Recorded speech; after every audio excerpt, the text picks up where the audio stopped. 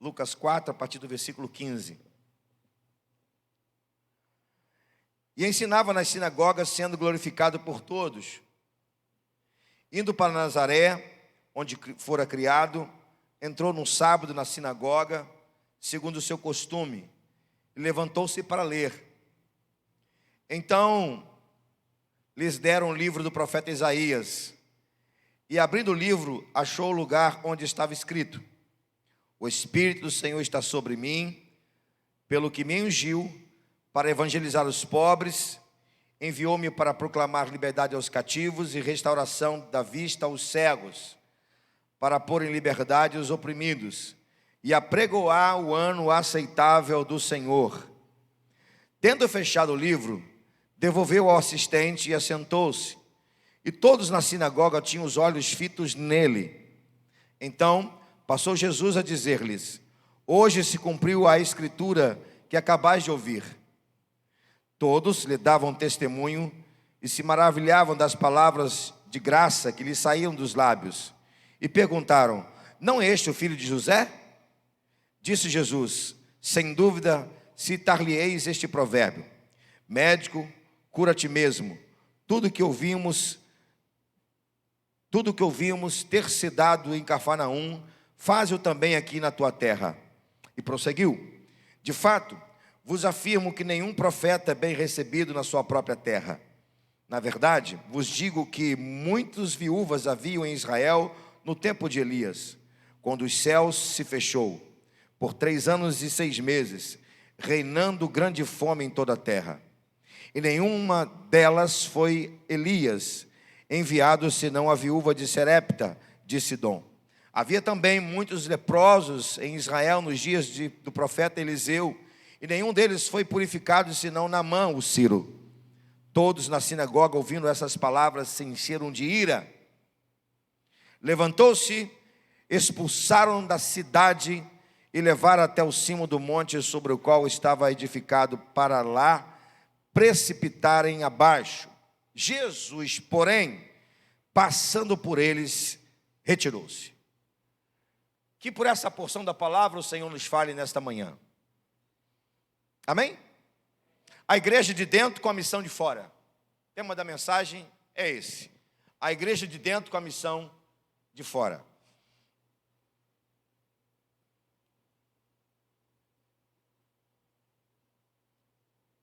Penso, irmãos, que nós não devemos ter crise nenhuma com a questão da igreja estrutura. Eu vou ser mais aberto. Porque assim, nos últimos anos, possivelmente nos últimos 10 anos para cá, há uma crise na igreja evangélica que se tornou cada vez mais evidente. Que crise? A crise de pessoas que deixaram de frequentar os templos, os cultos, deixaram de fazer parte das celebrações. E uma das alegações é o fato de que não precisa de estrutura para ter uma vida, um padrão cristão. Eu penso que isso não pode gerar crise em nós. E eu chamo isso de o lado crítico da religião. Um sistema crítico, uma mentalidade crítica da religião. E para ser mais preciso, eu penso que esse tipo de comportamento de pessoas que criticam a religião e acabam se afastando dos templos, das celebrações, são pessoas que nada mais querem senão viver uma vida livre, até para pecar, para ser bem franco. Mas eu penso que nós não podemos ter crise com isso. A estrutura, a igreja estrutura, ela é fundamental para o nosso crescimento. Faz parte da nossa vida enquanto cristão, ou enquanto cristãos. Em contrapartida, meus amados, precisamos ver que a igreja, ela de fato foi chamada para fora. A missão da igreja não está dentro da estrutura. A missão da igreja está fora. penso que esse ponto deve ser cada vez mais analisado por nós à luz das Escrituras e à luz do que viveu Jesus. E assim, eu vejo que uma igreja muito voltada para a estrutura, ela acaba se tornando uma igreja religiosa. E tudo o que ela faz dentro das estruturas e pensando na estrutura.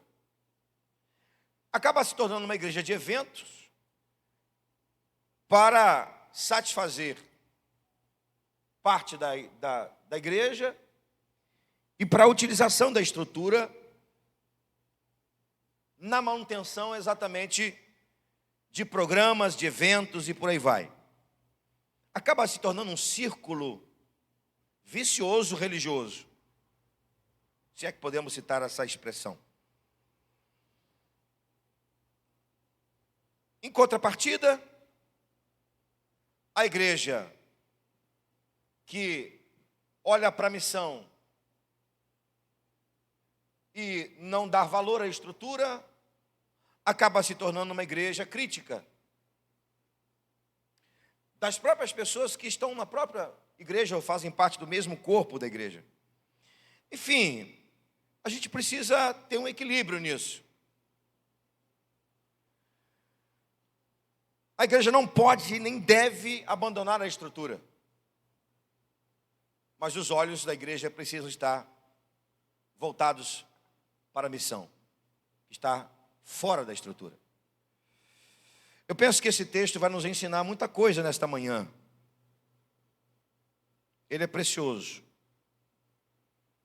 Jesus está dentro de uma estrutura, com os olhos voltados para fora. E no final dessa mensagem, você vai perceber comigo que Jesus, em hipótese nenhuma, está descartando a estrutura.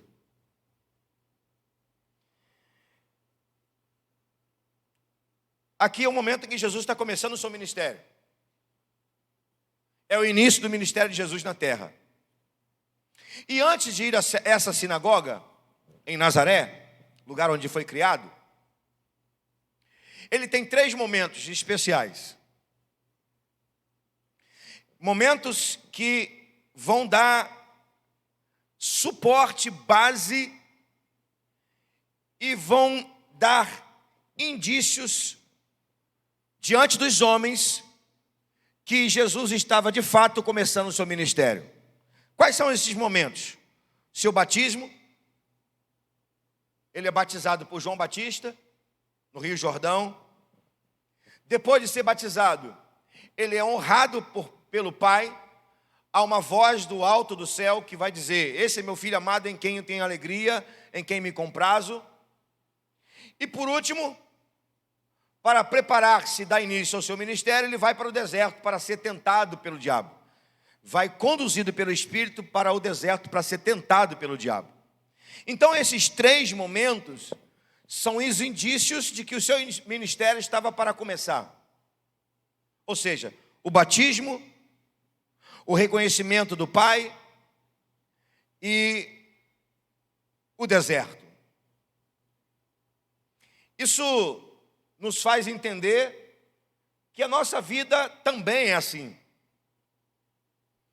Nós precisamos ser batizados, porque o batismo é uma confirmação pública, batismo nas águas, evidentemente, estou falando do batismo nas águas, é uma confirmação pública de que de fato pertencemos a Jesus. Ele é o dono da nossa vida, porque Ele salvou a nossa vida. Nós precisamos agradar tanto a Deus, tanto a Ele, tanto o Pai, a ponto de Ele falar aos nossos corações de que somos de fato amados por Ele.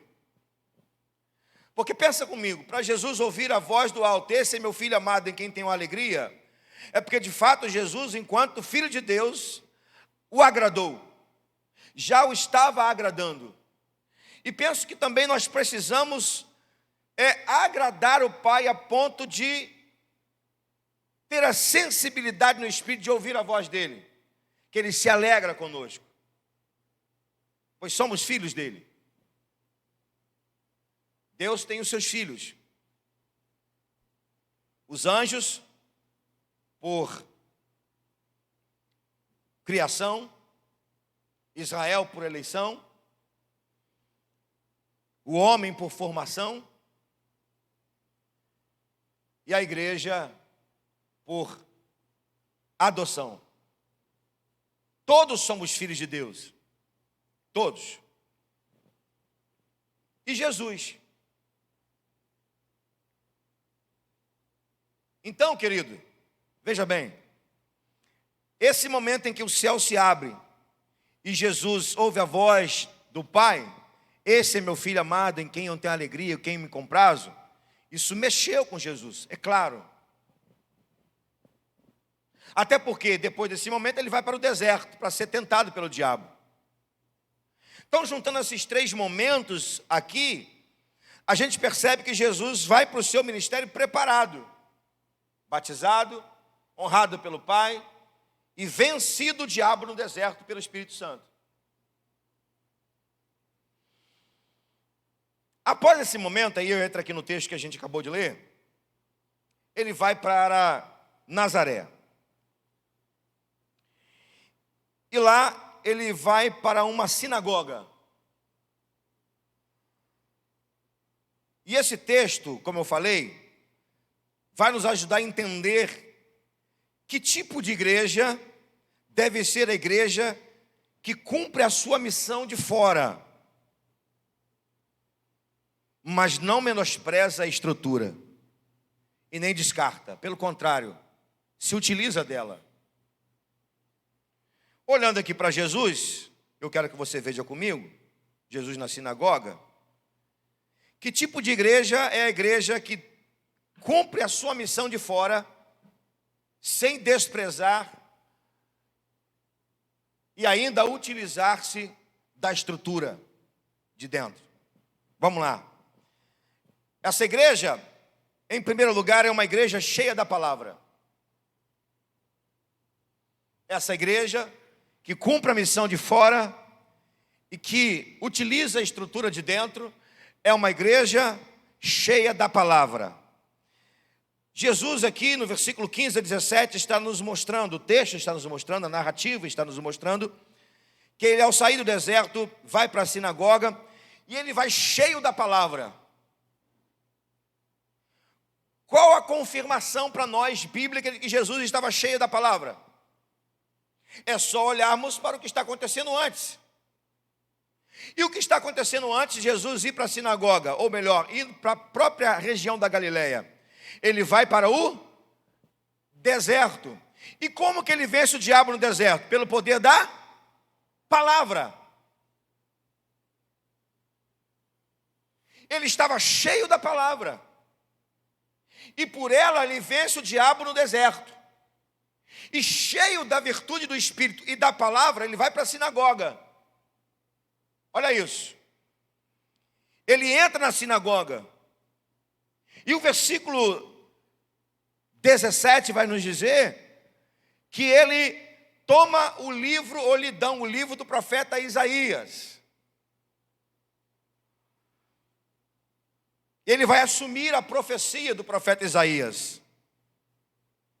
Então veja bem, ele está cheio da palavra, porque ele venceu o diabo no deserto, e ele agora está assumindo a profecia do profeta Isaías.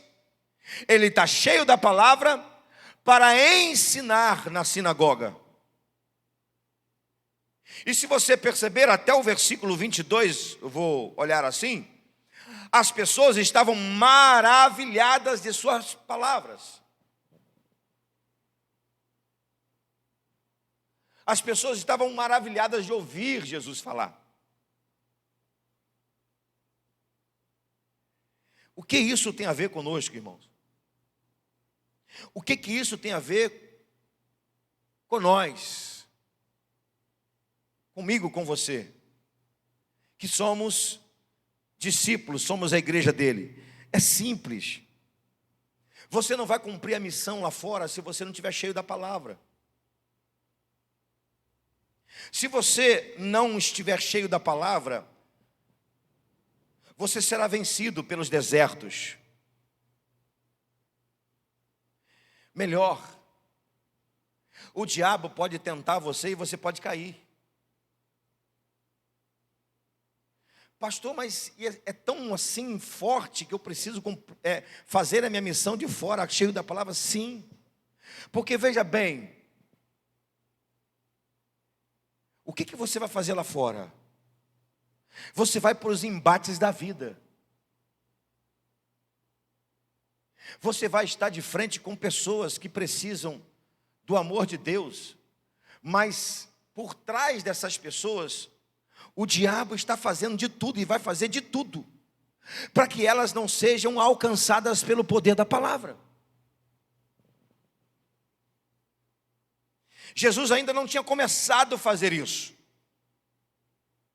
Há um processo, o ministério de Jesus tem os processos, como eu falei, tenho dito nos últimos dias, os processos de Deus não podem ser alterados.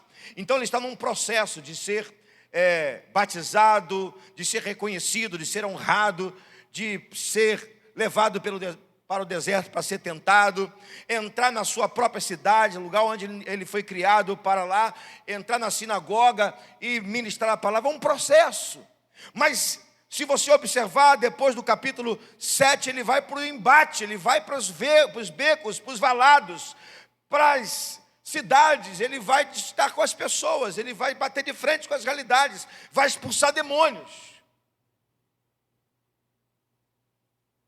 Eu penso que pessoas que não cumprem a missão, discípulos que não cumprem a missão de estar lá fora cumprindo o propósito de Deus, evangelizando, ganhando almas, discipulando, orando, são pessoas vazias da palavra.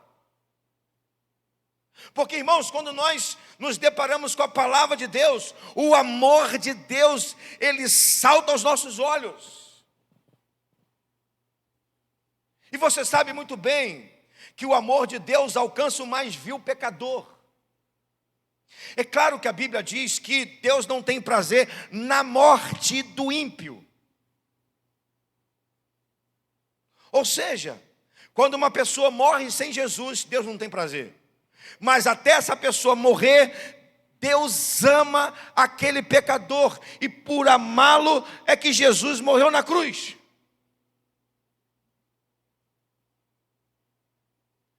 A gente não está nem aí para as pessoas, significa dizer que a gente não está nem aí para a palavra. É sério. Isso é um sintoma, claro. Quem não está nem aí para as pessoas, é porque não está nem aí para a palavra. Porque se estiver cheio da palavra, vai alcançar e amar as pessoas. Segundo lugar, uma igreja que vive, uma igreja de dentro, que cumpre a missão de fora, é uma igreja revestida do Espírito Santo para alcançar, libertar e restaurar pessoas. O coração desse texto é o versículo 18 e 19.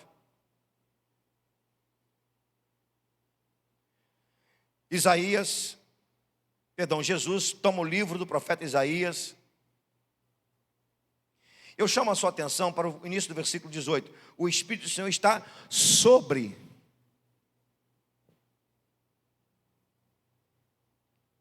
Por que é sobre? Tanto no profeta Isaías 61, quanto aqui em Lucas 4 é sobre. Porque aqui é um momento de transição da dispensação do Espírito. Até Jesus, o Espírito não era sobre. Até Jesus, o Espírito entrava e saía. Cumpria o propósito na vida da pessoa e saía. Podemos dizer no Antigo Testamento, para ficar mais claro. Até Malaquias, o Espírito entrava e saía. Agora, Jesus está dizendo que o Espírito está sobre ele. Para quê? Para cumprir a missão. Olha a declaração de missão de Jesus. Essa aqui é a declaração de missão. Para quê que Jesus estava sendo revestido, ou estava sobre ele o Espírito? Essa é a declaração do cumprimento da missão. Evangelizar pobres, proclamar liberdade aos cativos, restaurar a vista aos cegos, pôr em liberdade os oprimidos. Ou seja, alcançar, libertar e restaurar pessoas. Isso vai até Pentecostes, Atos 2, porque o Espírito Santo não está mais sobre, ele é derramado, ele entra, ele habita de maneira permanente no salvo. Ele agora está dentro, mas a missão continua a mesma. Que missão?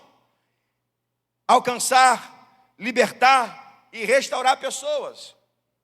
Isso quer dizer, meu querido, que essa palavra profetizada por Isaías, assumida por Jesus aqui na sinagoga, faz parte da nossa realidade? Sim, faz parte da nossa realidade.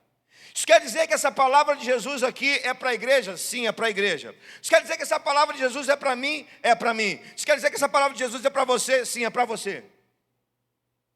Que tem dentro de você o Espírito Santo. Que habita dentro de você o Espírito Santo. Então não tem crise, irmãos. Quando você recebeu o Espírito Santo te potencializou para 3 coisas.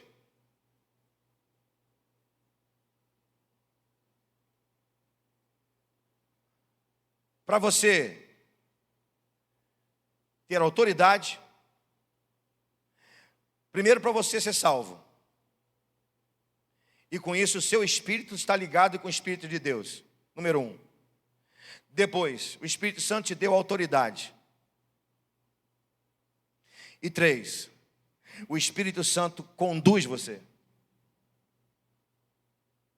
Você passou a ser filho de Deus por adoção. Ele te deu autoridade. E você é conduzido por Ele. Então Ele mora aqui dentro, Ele mora aí dentro do seu coração. Para você cumprir a missão.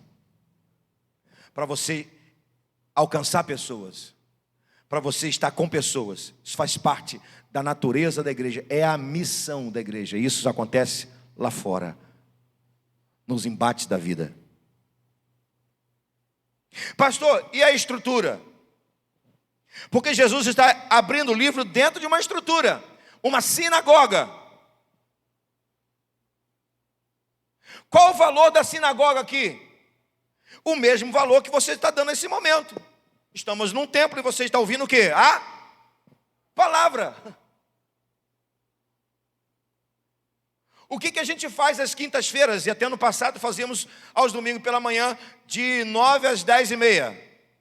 Estudando a escola bíblica discipuladora, ou escola bíblica dominical.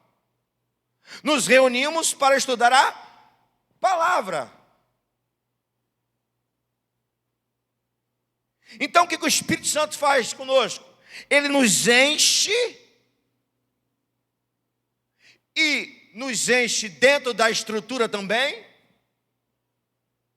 para irmos para os embates da vida, para fora do templo, para alcançar pessoas, libertar pessoas, restaurar pessoas.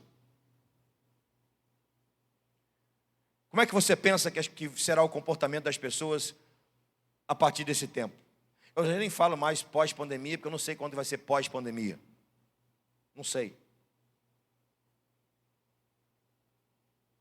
Ontem eu fui a um consultório de um psicólogo, pastor amigo meu. Ele me chamou para orar e consagrar o consultório dele. E conversei um pouco com ele rapidamente. Ele e mais 2 colegas estão inaugurando esse consultório. E ele me disse: eu tenho certeza que Deus vai nos abençoar aqui. porque não vai faltar pessoas para a gente atender. Mas não estou pensando no lucro. Estou pensando em abençoar as pessoas, porque as pessoas estão cada vez mais doentes. E na oração que fiz, eu falei assim: Senhor, que cada canto desse lugar possa ser um remédio para as pessoas que entrarão aqui. Que as palavras do colega, citei o nome do colega, que o ouvido do colega seja terapêutico para as pessoas. E aí terminamos, orei, eu falei com ele, não tem jeito, pastor, só conversa de Bíblia, de igreja. E nós conversamos e falamos no final do nosso encontro. Eu disse a ele: a igreja que não for uma comunidade terapêutica, daqui para frente, ela vai entristecer o coração de Jesus. E ela deixará de cumprir a sua missão. E é possível que muitas pessoas não procurem essas igrejas. Se você perceber, Jesus está declarando aqui que Ele é médico.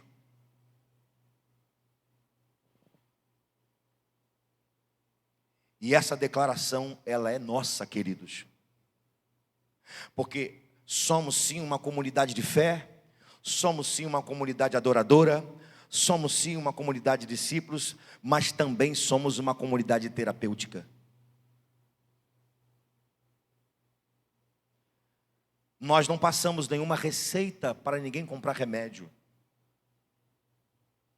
Mas somos sim, pelo Espírito Santo que nos foi dado, remédio de Deus para tratar das almas das pessoas. E que nesta manhã, você, pelo Espírito Santo que está dentro de você, que não está sobre você, está dentro de você, que nesta manhã você se torne instrumento terapêutico de Deus para tratar das pessoas. Amém, amados? Em último lugar, que tipo de igreja? Uma igreja de dentro com a missão de fora. Uma igreja que está preocupada em cumprir a missão de não impressionar espectadores. É uma igreja que está preocupada em cumprir a sua missão e não impressionar espectadores.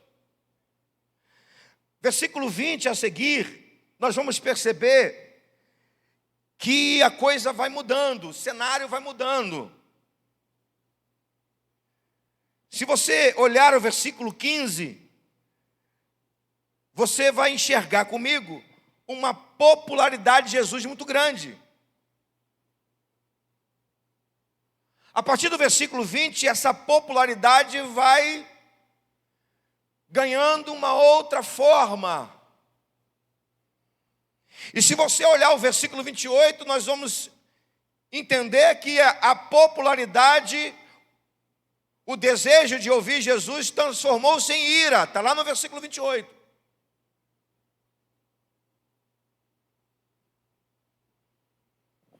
As pessoas estavam com raiva de Jesus.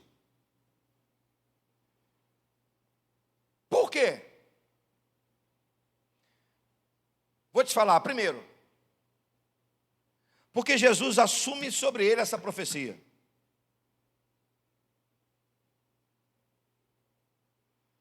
Se você pegar a profecia de Isaías, você vai ver que é mais ou menos assim. Jesus vai ler, abre o livro de Isaías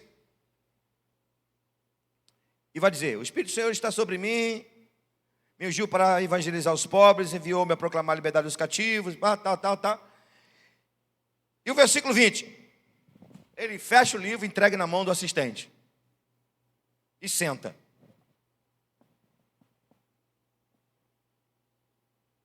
Olhando assim, a grosso modo, parece que Jesus está apenas fazendo o quê? O papel de um pregador, de um professor, de um dirigente de culto, abrindo o texto e explanando o texto. Como eu estou fazendo aqui agora? Pregando. Mas não era só isso. Jesus senta e ao sentar, entregando o livro na mão do assistente. E se você olhar Isaías 61, diz: apregoar o ano aceitável do Senhor, o dia da vingança do nosso Deus. Aqui não tem o dia da vingança do nosso Deus. Por quê? Porque Jesus está dando início aqui a um novo momento na história. Então primeiro ele está assumindo a profecia de Isaías, está dizendo: ó, esse aqui, esse Messias que está aí escrito em Isaías, ó, sou eu.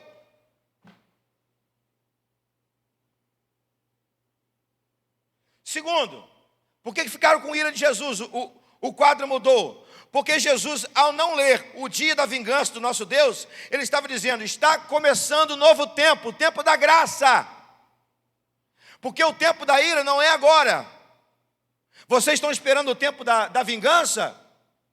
Vocês estão esperando alguém chegar no trono de Davi, assumir, tomar poder? Opa, não. A partir de hoje começa o tempo da graça, o ano aceitável do Senhor.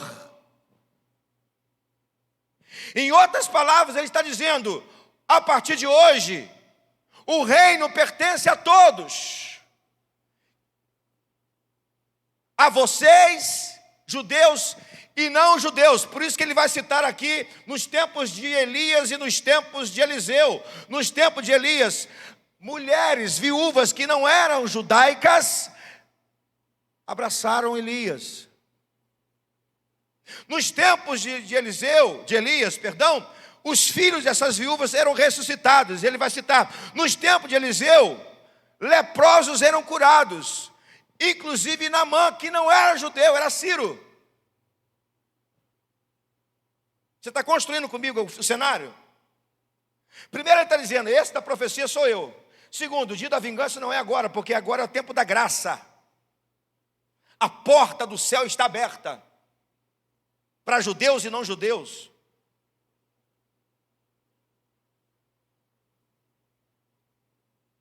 E para completar, sabe o que ele vai dizer? Profeta em casa não tem honra. Eu não estou preocupado se vocês vão me honrar ou não. Eu não estou aqui para poder pregar o que vocês querem ouvir, para ensinar o que vocês querem ouvir. Eu estou aqui para pregar a verdade. Eu sei que profeta em casa não tem honra. Por isso que o quadro mudou. Porque Jesus não estava preocupado em agradar os espectadores, ele estava ali para cumprir a missão. Então a igreja de hoje, de dentro, ela não pode ficar preocupada com espectadores.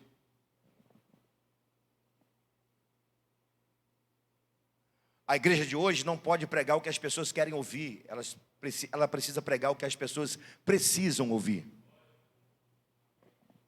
A igreja de hoje não pode ensinar o que as pessoas querem aprender, ela precisa ensinar o que Jesus deixou para ser ensinado.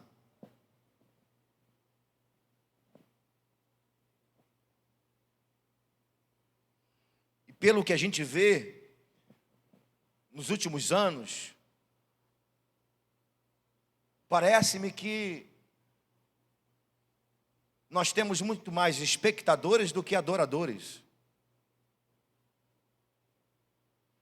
Espectador quer ouvir o que gosta, o que lhe faz bem para o ego. Adorador ouve o que Jesus fala. Espectador, enquanto fala o que lhe agrada, ele está legal, está bem. Mas é só falar a verdade que, a ira vem. Nós não somos uma igreja de espectadores. Nós somos uma igreja de adoradores. E uma igreja de adorador se preocupa sim com a missão. Deixa eu ir para o final aqui. Gente, Jesus não teve problema nenhum com estrutura. Se você ouvir um pregador, alguém, se você ouvir uma pessoa que se diz desigrejado, falar que Jesus era Jesus de fora do templo, se você ouvir alguém falar por aí, seja quem for, que a igreja não precisa de prédio, que a igreja não precisa de estrutura. Isso é mentira. Eu vou falar, isso é diabólico. Jesus nunca teve problema com estrutura. Por quê? Porque ele utilizou-se da estrutura. E no Antigo Testamento a estrutura foi símbolo, sombra da pessoa dele. O que era o tabernáculo? Uma estrutura móvel, símbolo, sombra da pessoa dele. O que foi o templo de Salomão? Símbolo, sombra da pessoa dele. Ele chamou o templo quando ele entrou para acabar com a farra dos cambistas. Ele chamou o templo de quê? Tomou a profecia de Jeremias e disse: a minha casa será chamada casa de oração para todos os povos. Agora, se você olhar o texto, você vai ver que Jesus sai da estrutura. Mas por que Jesus saiu da estrutura? Porque ele quis? Não, porque expulsaram Jesus. Não foi Jesus quem saiu da estrutura. Foi os que comandavam a estrutura que expulsaram Jesus.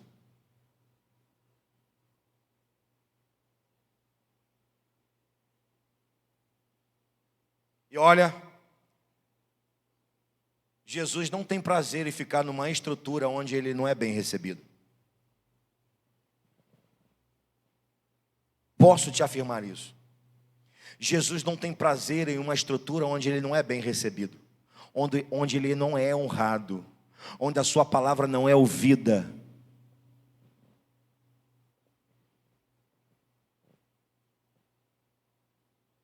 Posso provar a você biblicamente isso. Não era um templo, não era uma sinagoga, mas era uma casa. Qual o prazer que Jesus tinha de estar na casa de Marta, Lázaro e Maria, hein? Muito grande. Por quê? Porque lá ele era honrado. Então, para a gente ir caminhando aqui para o final. A igreja é a igreja assim de dentro.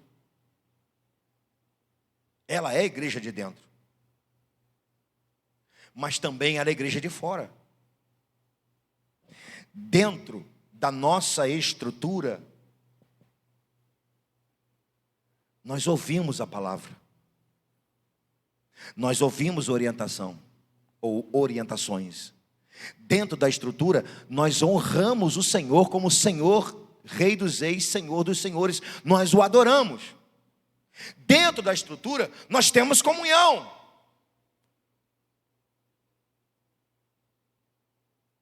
O que esses homens lá do STF entendem de comunhão? Para dizer que a igreja não precisa de estrutura. O que eles entendem de koinonia? De unidade do corpo? Não entende nada. Entende quem vive a vida de Cristo, entende quem vive o Evangelho, entende quem vive o Espírito Santo, entende quem sabe o que significa comunhão, o partir do pão nas orações, isso a gente entende. É aqui que a gente se fortalece para fora, é aqui que a gente se fortalece para viver os embates da vida.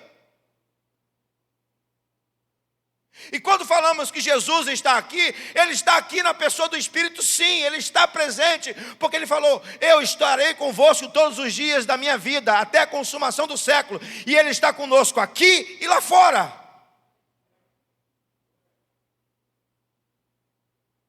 Aqui Ele é honrado, aqui nós valorizamos a sua palavra, aqui nós o adoramos. Aqui nós temos a plena convicção de que o Espírito Santo está nos conduzindo. Aqui nós o celebramos. Aqui nós celebramos a vida. Aqui nós temos prazer, muito embora nós não podemos nos abraçar, mas nós temos prazer de estarmos juntos um com o outro, porque nós somos o corpo dele, ele é o cabeça. Mas, meus amados, nossa missão é lá fora. E aqui termino. Porque é lá fora que se encontra o que Jesus está dizendo aqui na sua profecia. Os coxos, os cegos, os oprimidos,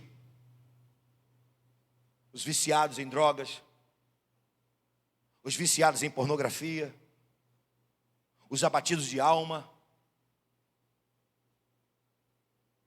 os desesperados, os encarcerados, os dividados, lá fora.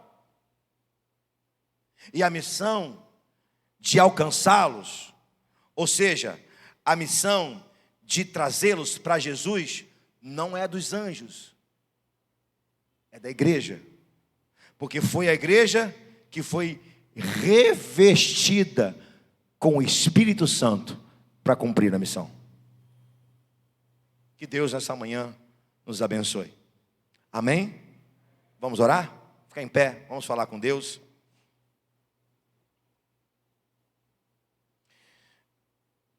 Hoje à noite estarei pregando em cima da palavra do profeta Joel, capítulo 2. Eu quero nessa noite falar sobre o derramado do Espírito Santo. Como desfrutar do derramado do Espírito Santo. Você que está aqui não vai poder estar conectado em casa. Os irmãos que estão em casa vão estar aqui. Momento especial, consagração dos diáconos. E eu vou falar sobre o privilégio e como desfrutar do derramar do Espírito Santo. Você não pode perder. Vamos orar? Senhor, muito obrigado por tua bendita, poderosa e preciosa palavra. Nós não precisamos assumir sobre nós a profecia de Isaías e o início do ano aceitável do Senhor, porque o Senhor já fez isso no dia de Pentecostes, quando o Espírito foi derramado sobre a tua igreja. Mas precisamos sim assumir a nossa responsabilidade de cumprir a missão. E ó Deus, nos fortalece como igreja. Nos fortalece como igreja, Senhor. Pedimos nessa manhã que o Senhor nos ajude a vencer esse tempo, nesse momento de empatia, nesse momento de solidariedade, nesse momento de carisma, nesse momento que as pessoas estão mais solidárias. Usa desse momento, Deus, em meio ao caos que vivemos. Usa desse momento e falha o coração da tua igreja, Deus. Repreende o espírito de omissão. Repreende no nome de Jesus o espírito de acomodação, Pai. Repreende o espírito de religiosidade. E nos dê um espírito de ousadia. Por favor, Senhor, é o que nós oramos, é o que nós pedimos nesta manhã, no nome de Jesus. Amém e amém. Glória a Deus.